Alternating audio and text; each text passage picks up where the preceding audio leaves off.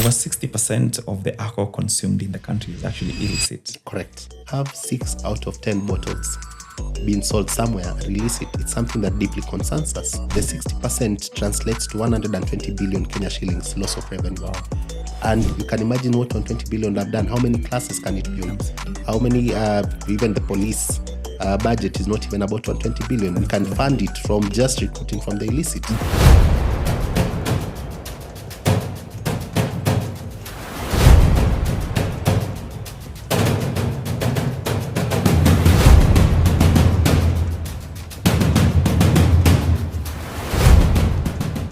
Hello and welcome to yet another episode of Industry Today podcast. This is a podcast that looks at the trends, the opportunities, and the challenges that are affecting Kenya's manufacturing sector. And today, we want to discuss about illicit trade.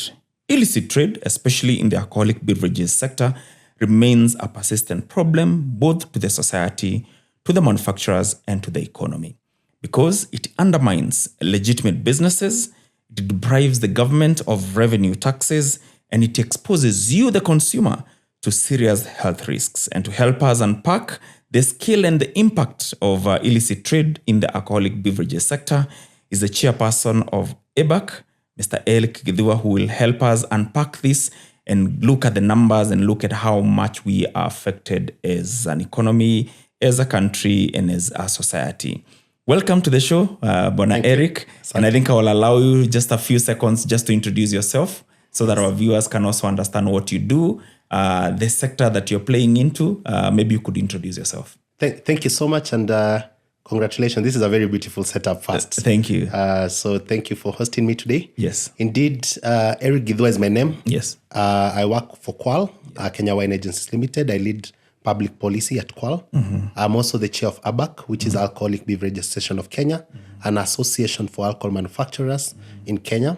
I also participate actively in CAM, Kenya Association of Manufacturers, to which I lead in CAM Legal and Regulatory Committee as the vice chair. And as you are familiar that in Legal and Regulatory Committee, one of the issues that we deal with is actually issues of illicit trade. So happy to be here. CAM is home for us. Thank you so much, Eric. And also thank you so much for taking the time to join us today. Thank you. So we could start off by, first of all, asking ourselves, what is illicit trade? What constitutes illicit trade? Correct. Yeah. Thank you. That's a very brilliant question. Illicit trade takes different forms.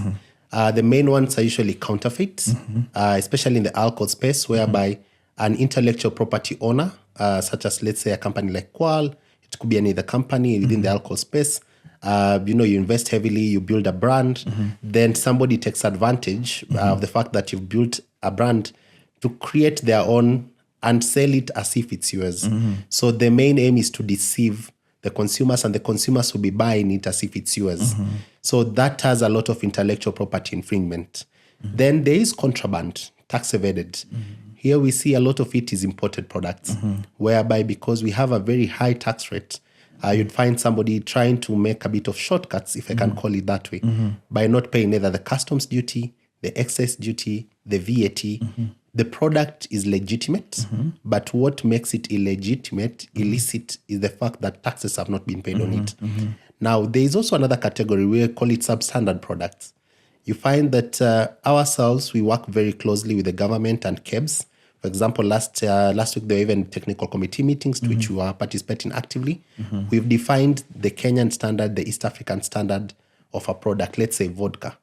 But you'd find somebody, because their main intention is to make money, make a quick buck, they will tend to produce their own, but one does not fit the standards. Then the last bit also is illicit artisanal.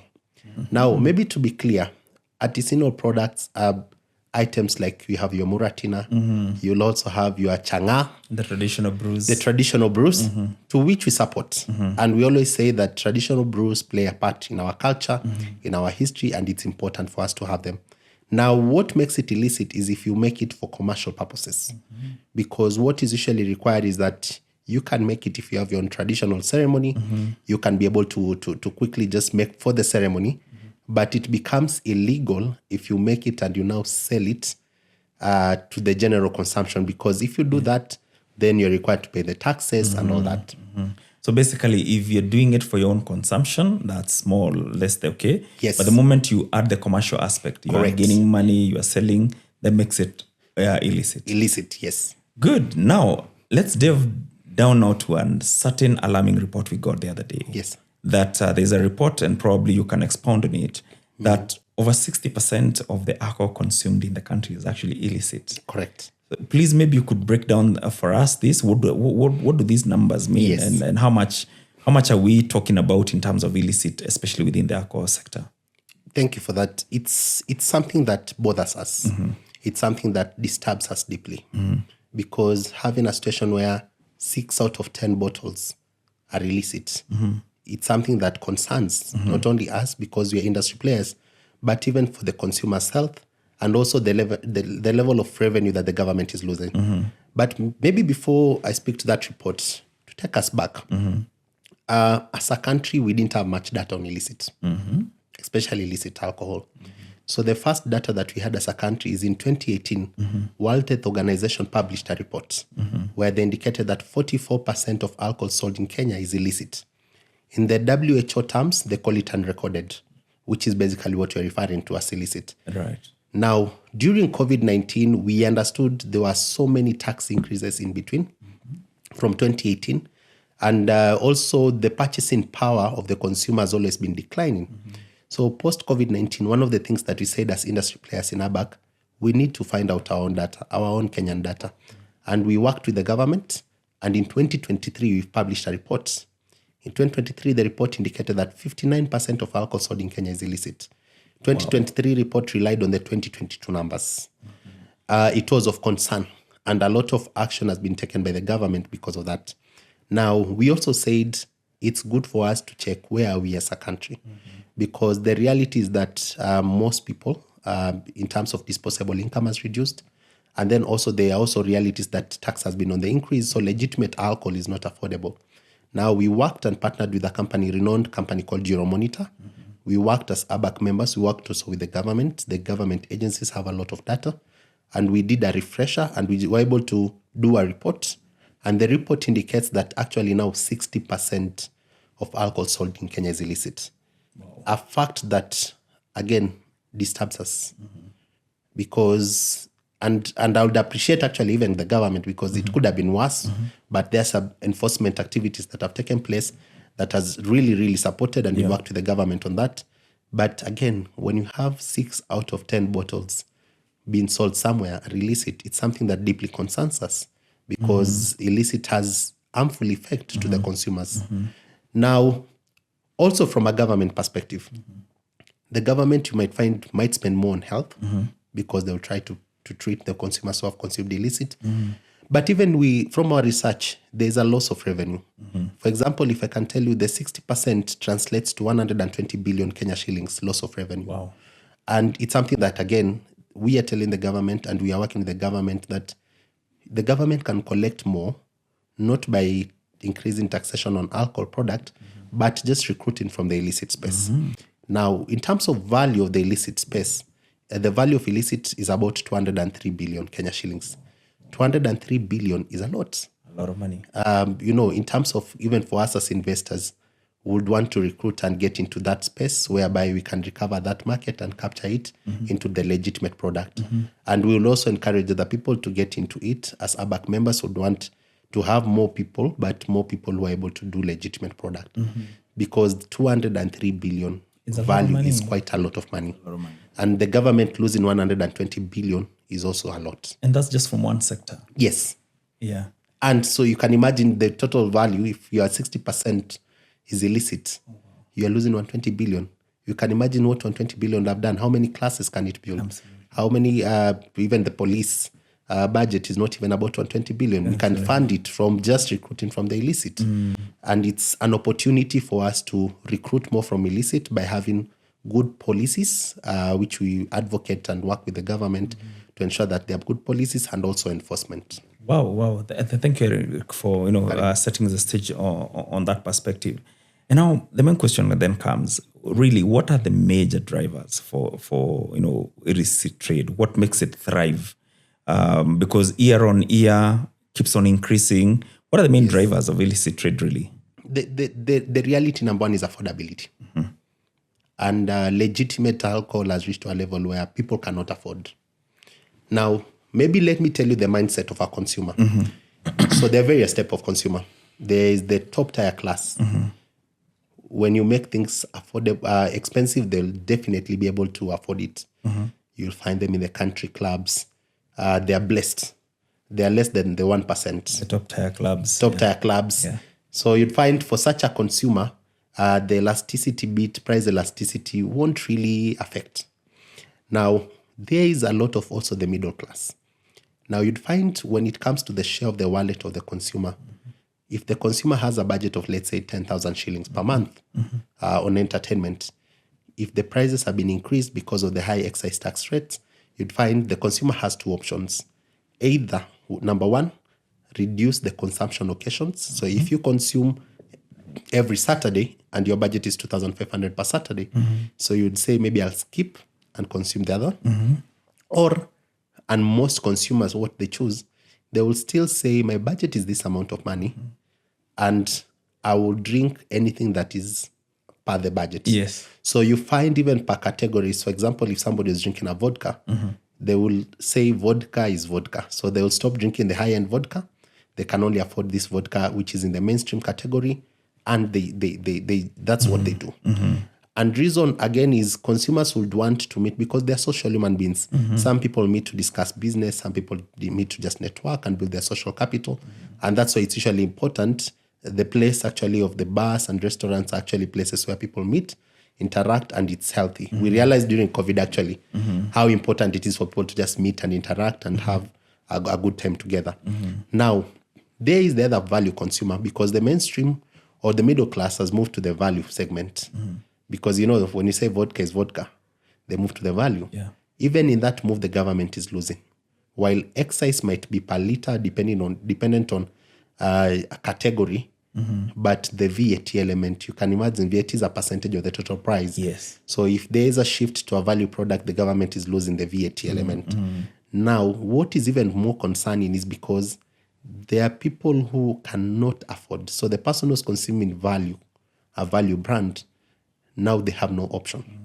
So their only option is to go to a lower priced item. Yes. And at that point, you'd find that for some of them, they even say that alcohol is alcohol.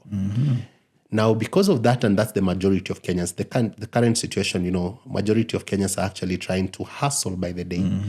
And when you meet them in those social setup, they're actually trying to do business.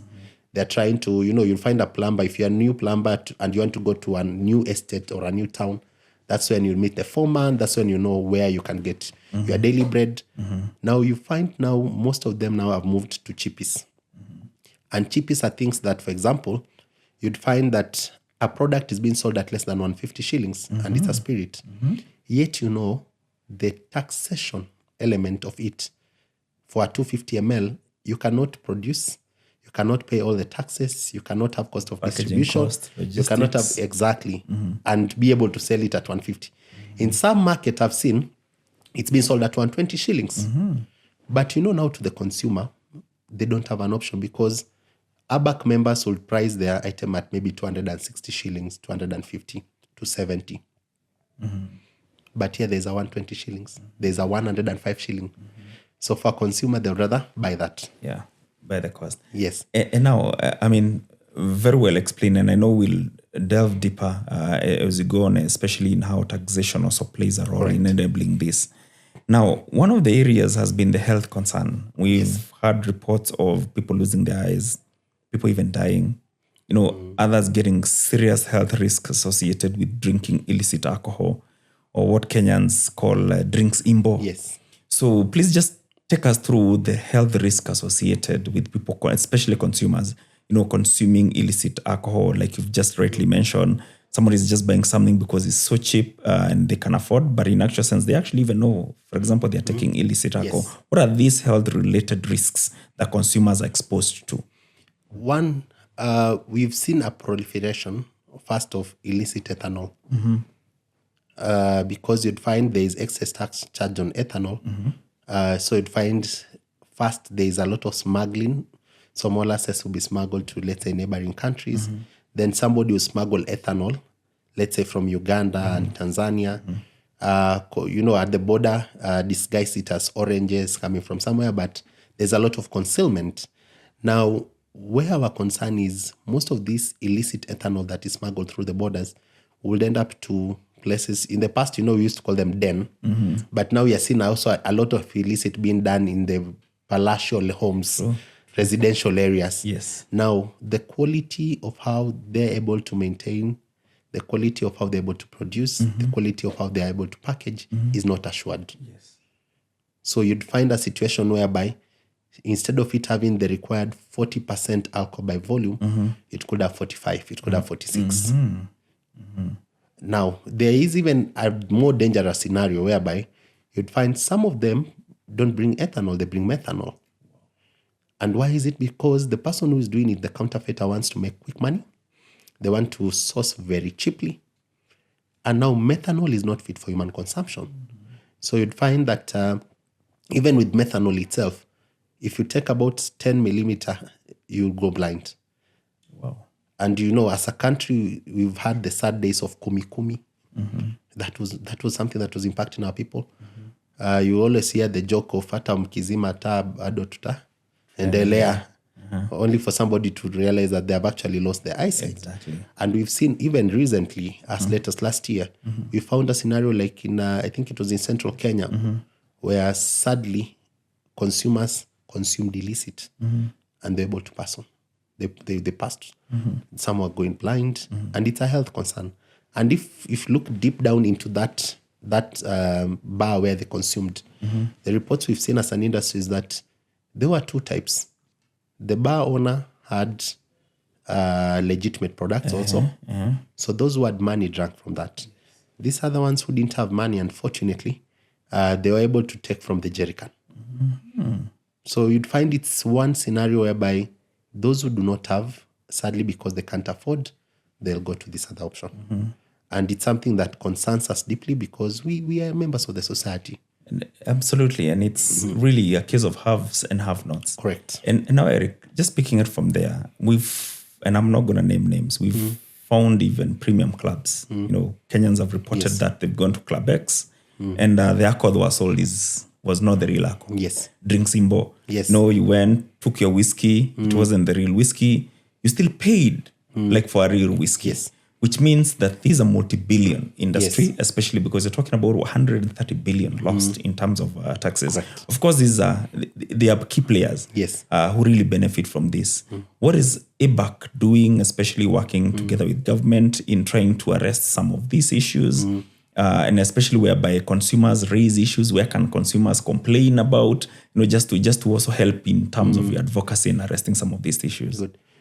One of the things that ABAC has done, and consistently since, especially from 2022, and we thank the government of the day because we've been able to partner with them. One of the challenge you were told, ABAC, you are too much in Nairobi. So we challenged ourselves and said, we are going to the counties. We are going to have conversations with the law enforcement agencies in the counties. Not only law enforcement agencies, but everybody in the system from ODPP, judiciary, and we had county engagement. We have done in each and every in counties in Eastern. We've done it in Central, and we realized not all counties are the same. Counties have different problems. Like, for example, I'll give you an example that I always think profoundly. Like in Embu, we went to Embu County. The meeting was chaired by the regional commissioner. He's a very great friend who's really trying a lot to fight illicit. In that meeting, we realized, so everybody was there from the police, KRA, Anti-Counterfeit Authority, NACADA. So NACADA brought it to our attention that there is a lot of public outcry on a certain powdered alcohol. Now, police had done a very good job also. They had seized it, and the powdered alcohol called Unga was actually sold in an agrovet. So you'd find it's like a 5 kg of Unga. Then it has misleading. So you'd find some of them might have a bull at the top of it. Some might have even like a dolphin at the top. So it sounds like it's animal feed.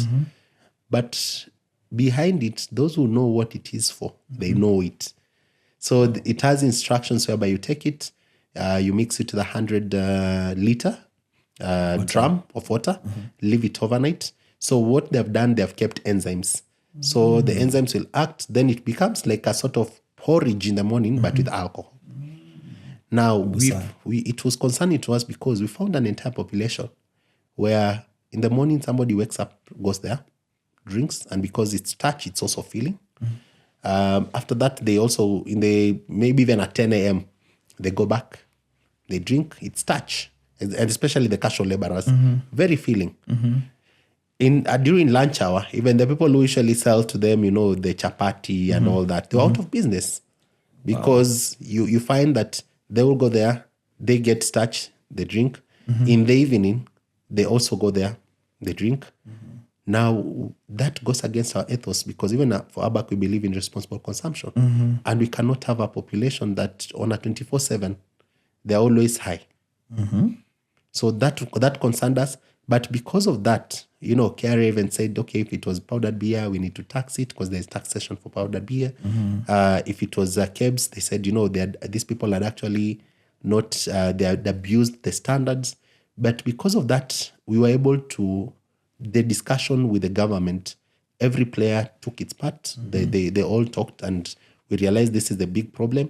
And enforcement action was done and that has really helped. So a lot of it is we are moving per county, agreeing what is the issue. Like, for example, to set the context, in June, 11th and 12th, it will be in Western Kenya. And a lot of it will be discussion about smuggling ethanol because that is a big concern. So we are training law enforcement agencies. We are empowering them with the knowledge. We are able to work with them as trusted partners. And even for us as manufacturers, it has reached to a level because illicit is such rampant that we even have, now we're working with PI, private investigators, because they can be able to work and they can be able to link us with the government authorities and they can be able to research to find out more about the level of illicit. We are also supporting the government by using our labs to give evidence. So for example, if you come with a counterfeit brand, I can be able to analyze it at our labs and then I'll also allow, one of our colleagues, maybe works in the quality department, to be able to go and also give a statement. So we support also the government in the prosecution. That's why it's a multifaceted approach. Yes. A lot of it leaning towards law enforcement training. A lot of it also support during litigation. The other thing also, individual members of ABAC have also tried to either change artworks, trying to make it harder for somebody to counterfeit. Wow. Thank you so much, I think, for that explanation. I think now I would like us to just look at how taxation also affects this fight against illicit, against counterfeit, and how it enables this trade. And now let's shift gears and look at how government policy and taxation also contribute to the growth of this illicit trade and all that. And I want to ask you, in your view, do you feel especially our taxation regime, especially in the past couple of years, has contributed to the continued growth year on of illicit trade, especially looking at our neighbors? I mean, the same product, if it's a spirit sold in Kenya, it's probably double the price or even triple in some cases in our neighboring countries like Uganda and Tanzania. How has government policy and taxation contributed to the growth of illicit trade in Kenya? Thank you. I think just also it has contributed a lot. Yeah. Because if you look at, for example, a value product, and here I'm talking maybe a value spirit product, yes, you'd find about 51% of the recommended retail price is actually just excise and VAT. Now, so it means any change of excise tax significantly increases the price. You can imagine the 49% is what manufacturers' cost of production, manufacturers' margin, indirect taxes, their pays, their, the taxes that companies pay, income tax. There is also the distributor cost, the distributor margin, indirect taxes, the distributor pays, the county government licenses. It's in the 49%, and ultimately even the retailer's cost. And if you look at this sector, it employs about 400,000 people in the retail segment. All those are in 49%, but 51% is actually excise and VAT. Now, any significant shift especially on excise tax, has also a more significant shift on this other side, because also there's something we call it also a coinage effect. So you'd find the coinage effect on the alcohol industry, it's actually a price of 10, 10, 10. That's why you'd not find something being called 265. Yes. You'd find it's 260, 270, 280, 290. So even if you increase something by 4 shillings, the coinage effect will be, it will be now 270 shillings. Because of that, you find it has driven the fact that affordability is not there. Now, and also it has led to the growth of illicit. As I had said earlier, in 2018, WHO told us that we had 44%. If you compare to the other countries, they don't have an issue of illicit. Go to Tanzania, go to Uganda. Illicit is not a topic because legitimate alcohol is affordable. What we did, and we engaged the government from when the research came out, we realized that there were various things which were drivers of illicit. First, there's a time we had an excess rate increase of 20% for spirits, which was very concerning to us. After that, we also had something which we called excess inflation adjustment. So we advocated, and the government saw the need, because also the government has been seeing the decline in revenue. So back then, when we pushed for it, the CG carrier said, the law says shall.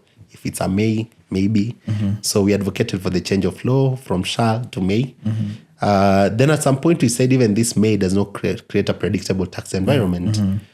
Because there's a time when we had a 6.3% increase. And as a result of that, again, we had to pass over the price to the consumers, and consumers could not afford. Now, what we did after that is to engage and ensure that this inflation adjustment is not helping the country. Because if you are adding something on inflation adjustment, you're actually driving inflation because the actual cost is actually increasing. And after that, we did some studies with the National Treasury, AERC, and we were able to now, and also KIPRA, and we were able to now determine what is the right way to tax. So the first thing that we agreed is to tax it by alcohol by volume, which the change was made in December by tax law amendment bill. So that was the right route to charge. And then what now we are having the discussion is what is the right amount of money to be charged. Because the reality is we need to find a sweet point where consumers can legitimately afford, and then the government will offset and get, the extra excise tax by getting more volumes. And that is the sweet point that we are not yet there as a country, but we are progressively getting there. And it's, again, something that concerns us a lot, because so long as the price is not right, there will always be a market for illicit. Absolutely. Wow. And a very good point there. And I just wanted to also ask, we play in the ESC common market. Correct. And over time, I would say we've seen some very known brands, especially from Tanzania, from Uganda, especially in the spirit sector, making a lot of entries in the country, especially whereby it's a product considered middle, sort of a product in those countries. But when it comes in here, it's able to compete with the lower, the lower kind of that. Yes. So what's your perspective, especially in also losing our competitiveness within East Africa, and especially knowing that so long as you're within East Africa, you can access the Kenyan market? Yes. How is that also affecting you as manufacturers, and also, also playing a part in this discussion we are talking about? Correct. I think for us as manufacturers, first, we promote free trade. Yes. We promote free movement of our people within East Africa, because even us would want to ship our goods there. Yes. But again, you'll find that because of the high and predictable tax policy environment, you'd find scenarios whereby the tax policy scares manufacturing in Kenya. And scary looks, as the word feels scarce. It distorts investments, it postpones investments. And I'll give you an example. For example, in the last finance bill, and it's one of the clauses that we successfully advocated against, and it didn't pass through. There was something which would have made it cheaper, because we couldn't claim the excess that we pay on ethanol. So it would have made it cheaper to just manufacture in Uganda, to manufacture in Tanzania, and sell it into Kenya. Because ethanol, for example, most of us source locally ethanol. This ethanol comes right from our sugarcane farmers. It's converted to molasses, then we buy. then now we process it further. So we are promoting our local agriculture industry. Now, if you have a policy or a bill that sought to say you tax ethanol, but at the point of finishing the finished product, you cannot offset what you've taxed on ethanol, then it only makes sense for somebody to manufacture in Uganda, for somebody to manufacture in Tanzania. And then the only product excess tax that will be charged is the excess tax here. Now, also the advantage from an EAC point of view is that in these other countries like Tanzania, I think they've just learned in our industry on what not to do. They watch carefully. Now, for about a period of about 5 years, there was no tax increase. While Kenya, we were increasing. There is no tax increase. So it's a very predictable environment. We also saw, and we are very happy to participate on the medium-term revenue strategy. We thought that would help us, drive predictability. But again, in the last finance bill, we found that there were clauses that were against the strategy that we had already just discussed and enforced. So what we are requesting for as manufacturers is an element of predictable excess tax regime. We also encourage the government to continue consulting with us. It has started. It's the right way. Yes. Because we are able to work on research, data, and the government is doing a good job for us to be able to work together. So it's more consultation, but even more so on issues of tax, it's the predictable tax environment. We would appreciate a scenario whereby somebody can predict what is the tax 3 years from now. But as it is currently, we all don't know what 1st July sounds. Now, if you are making, and some of our industry is a very capital-intensive industry. If you have an investor that you are not sure whether next year there will be a policy that might distort your entire investment, so it scares again. And I can use that scares potential investors. It reduces foreign direct investment into the country, and investors will most likely move to a country where there is predictability on the tax environment. All right. Right. And now let me ask, ABAC and your members, are there any other measures that you're taking to fight, the illicit trade, be it in terms of how you're doing your packaging, consumer education? What are some of the things that you're trying to also do as an industry to curb the spread of illicit trade? Yes. So the first thing that we are doing is definitely as individual members, we are trying to ensure that our packaging is not easy for us to be able for it to be replicated. And if it is replicated, you're able to know. We've also worked with the government, and I'll say like Kenya Revenue Authority, to ensure that in every alcohol product there is a tax stamp. So to ensure that how can this tax stamp not be easy to be replicated? And you'd find that even now, at some point if there are any issues of tax stamp, there are various versions. Like right now, I think we're in version 4 of the tax stamp. If you look, the tax stamp that we have currently is a bit blue. 3 years ago, it was a different color. So we try to innovate and work with the government to ensure that. We've also tried to, as different members, individual members, to have glass taken back scheme for the glass, because at times we've also realized some of the counterfeiters use our own glass. So we try to collect it back from the society, at times rewash, reuse, at times also maybe just crush it and use it as cullet. And then we take it to the manufacturers. The manufacturers are able to provide for us. Okay. And ultimately, and I think I referred to it earlier, a lot of engagement to the level of having private investigators to support us, because it's one of those menaces that can sadly, not only affect us as investors in these sectors, ABAC members, but it will definitely also, unfortunately, affect the consumer's health. And now, as ABAC, and also maybe, and I know we didn't much, and probably can give you an opportunity also to discuss the mandate that you have and what role you play as you represent your members. Take us through what you do and the multi-sector approach that you have as an organization, working with government, working with county governments, the different government agencies, in also trying to, try to curb the spread of illicit trade, counterfeits. You took us through the counties. Yes. What are the other things that you're doing in a multi-sector approach? Are you working with the Anti-Counterfeit Authority, for example, just to ensure that you're also doing something to try and stop the spread of this trade? Correct. Illicit is such a big pain point for us. Maybe if I can tell you about ABAC. ABAC, we work very well in committees. We have 4 committees. Yes. 2 are ad hoc, which is communication and legal committee. But there are other 2 where you find that there's a public policy committee and there is anti-illicit committee. So anti-illicit committee is one of the most proactive committees. A lot of the work that we've done there is engagement with the government because we've realized that the law is quite clear. We have a lot of laws, but at times it requires the enforcement bit to be able to drive all these laws. So we've worked and we partner definitely with Anti-Counterfeit Authority, Kenya Bureau of Standards, Kenya Revenue Authority, NACADA, where we can be able to share with them intelligence because we also appreciate that we have a wider footprint as an industry. And we have also knowledge of even at times you find there are instances where you have to work with even Interpol because it's cross-border trade. Then all that support with National Police Service is what has really tried to ensure that it's not 60, it's 60%. If we didn't get the support from National Police Service, for example, the circumstances could have been worse. So a lot of it, the partnerships is towards training, sharing of intelligence, because as a businesses, we get a lot of intelligence on what is happening on the ground. And then now, of course, prosecution, supporting prosecution.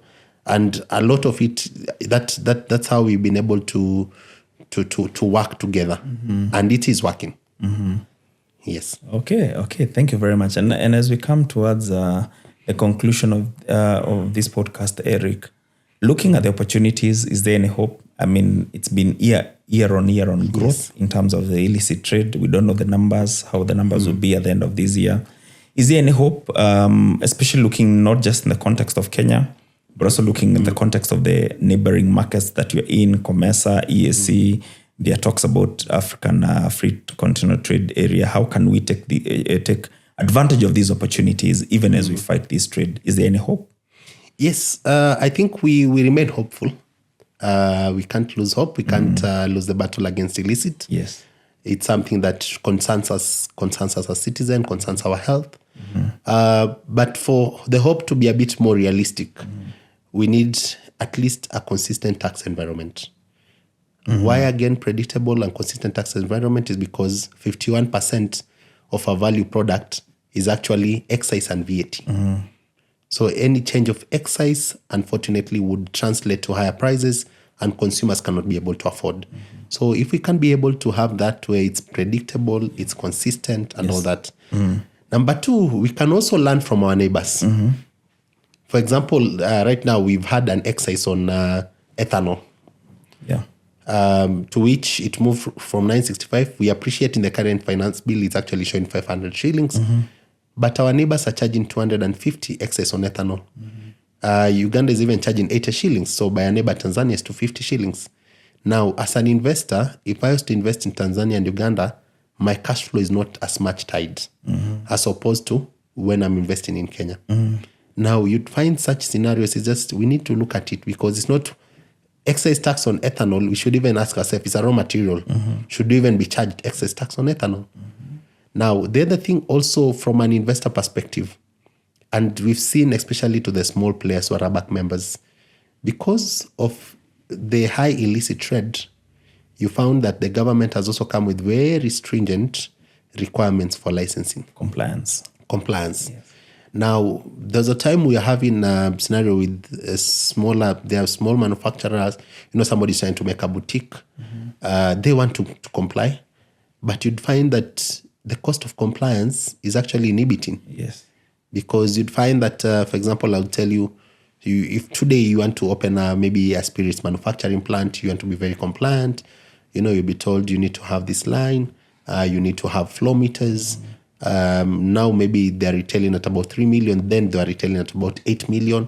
Somebody tells you now you need to have at least 3 of them, where it's coming. We are monitoring that. You need to have cameras. These cameras need to be linked to Times Towers where we can be able to see. And it requires a different IP address, internet address system. So it's not your common one.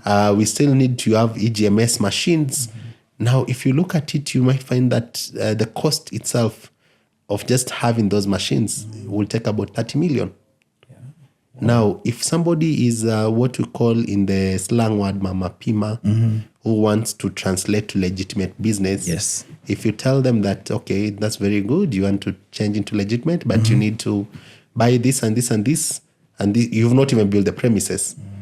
It's actually a barrier for people to come to legitimate alcohol space. Yeah, because you're tying your cash flow, you're tying You your can't money. even afford it. Yeah. You can't afford, if you're told today compliance itself might take about 30 million and then you've not even set up the factory, you've not have set up.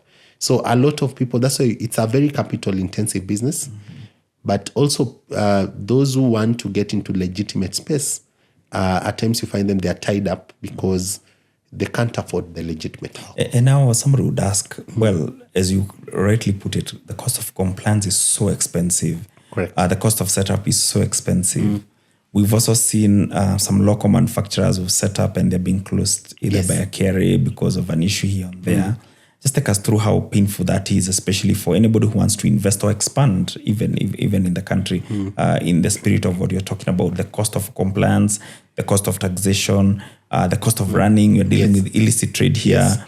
You're dealing with counterfeit on one end. You're dealing with compliance on this other end. You have all these multi-agencies. Everybody's trying to pick something in terms of licenses, compliance. Just take us through the pain process of a manufacturer in that space. It's a very sad space because one, you'd find yourself, for example, I've said just the setup costs.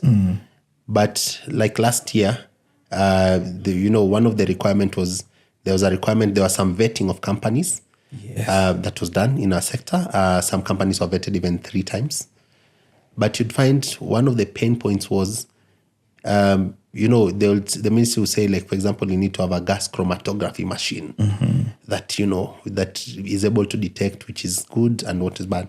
Well, that is good and it's the right way to go.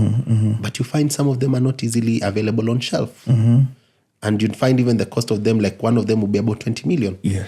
Then you find because of there is no time limit that is given, you're told today you need to have this. It becomes a bit hard, especially to the smaller player. Now, also the cost of, again, we say vetting should be a continuous thing, but do not suspend, then vet. Actually, it should be, government should be able to freely to walk to any ABAC member site on a 24/7 basis, but be able to the first thing is to do is to, you vet somebody. If there's an issue, you suspend. Yes. But you'd find scenarios like last year, you'd find somebody wakes up and says, we are suspending all the permits until vetting is done afresh. Now, that distorts trade because, again, as ABAC, we have trained all law enforcement officials on one of the things to check is the KEBS permit. So you found scenarios where our distributors, employees of distributors were being arrested, yet it's not their fault. Yeah. So for us, we've been telling government that for legitimate players, if you suspend after vetting, but you can't say I'm suspending all, then pending vetting. Because it's like you've treated everybody to be, has done a mistake. They're guilty and then innocent. Should be innocent until proven guilty. Indeed. So those it's pain points that you're suffering because we're legitimate players, but we appreciate also on the issues. There is a lot of illicit alcohol which needs to be stemmed, and that's why our approach is we need to partner with the government. We need to because we are the experts in the industry. We need to be a trusted partner with the government. And even for us, we are trying to ensure that even as an association, let's promote the local small person. As you are aware, last year, one of the things that we were okay pushing is that there could be a tax difference between depending on the size of the company, to try and ensure that we are able to promote local. There are things that we are working on, and we are working the government and pushing them, like on remission for spirits, wine, and beer, to be able to promote also local sourcing. And because we also appreciate that without the remission, sadly, people cannot afford legitimate alcohol. Absolutely. So those are touch points that we are trying to work on. I cannot end without asking this question. Yes. One of the most famous quotes in the social media when you look at TikTok is that any foreigner, anybody who's been to Europe and you ask them, what is one thing that they know about Kenyans, they'll tell you they cannot compete with Kenyans when it comes to drinking, which speaks to what I want to ask in terms of responsible drinking, what are the efforts that ABAC is working, especially to ensure that there is responsible drinking, especially in the heat of what's happening, especially in the central Kenya part of Kenya, whereby we have a lot of young men who don't go to work because they're either they've taken the illicit drinks, they've taken alcohol very early in the morning. We used to have Mutudolos, that was just trying to help us ensure that people don't drink during work hours and they drink after work hours. True. What are the areas or things that ABAC is working with its members to promote responsible drinking by the consumers? Thank you for that. In fact, you'll be surprised. When you look at statistics, even neighbors like Uganda, there is more alcohol consumption. The numbers in Kenya are actually fewer. Wow. Alcohol consumption by volume, they consume more. But within African space, a lot of people, they also have learned the art of consuming responsibly. Now, as various ABAC members and even individually, as ABAC members, we have different programs.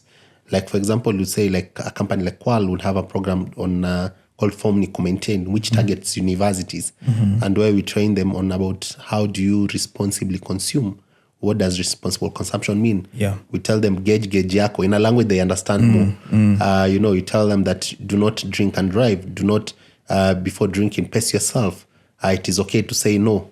And we've seen there is a lot of innovations towards that space where we're able to train and encourage people on responsible consumption. As ABAC, we also have a very, robust marketing code. For example, for us, we will never advertise alcohol before 10 p.m. So that we are not trying to attract the youths. We'll never advertise alcohol with cartoon characters. We also ensuring that even those who appear in our adverts appear to be above 25 years because alcohol should be appealing and those who are in the adverts should be seen to be above 25 years so that it is shown as an adult product. You've also seen like another ABAC member, there were even campaigns on, there was that one of, when you're gone, how your friends will be replaced. Yeah. Yes. So that was Kenya Breweries Limited is an ABAC member. Yes. And it was a very good campaign whereby it brings to the reality of if you are able to consume irresponsibly and you get an accident, life continues without you. Absolutely. And so all those are different elements that we try on responsible drinking to ensure that we market our product in a way that is responsible. And ABAC members have signed to the code of conduct, which we enforce to ensure that at the very least, responsible marketing is at the core of everything that we do. And it's sad, definitely, seeing what is happening. You go to like in central Kenya, and not even central Kenya. Actually, there's an NACADA report that showed even Western Kenya was consuming more.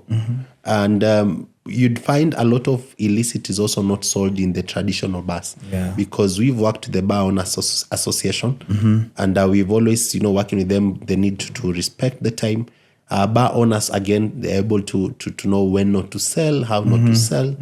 But now if consumption has moved outside the legitimate alcohol space, to a space that is now illegitimate or illicit, there are no controls in illicit. There are no controls. And you'd find also, again, because of the quality issues in illicit, you may find somebody maybe even just drank just half a glass. But the potency in that half a glass is so high that it knocked them out. Absolutely. So all those things are intertwined and it's something that concerns us. Indeed. Yes. And of course, don't drink and drive. Correct. I think it's a very powerful campaign that we have because of the number of deaths we've seen from people who've caused accidents from drunken driving. Correct. Fantastic. Thank you so much, Eric. This has been a very, very good conversation, insightful conversation. Thank you for taking time to break down and unpack for us the impact as well as the scale of illicit trade towards the alcoholic beverages sector. And ladies and gentlemen, that marks the end of our podcast today. We've been talking to the chair of ABAC, who has been able to explain to us and unpack the scale and the impact that illicit trade is having to our economy, to our manufacturing sector, and also to our consumers, especially our consumers on the health risk bit of it. Now, I hope that this has been informative. You've been inspired as well. and you continue doing your role in building this country. And if you've liked this content, please remember to subscribe to this button below here. Share with your friends, share in your social media, share in the various platforms that you have. Until next time, it's bye-bye for now, and thank you so much for watching this.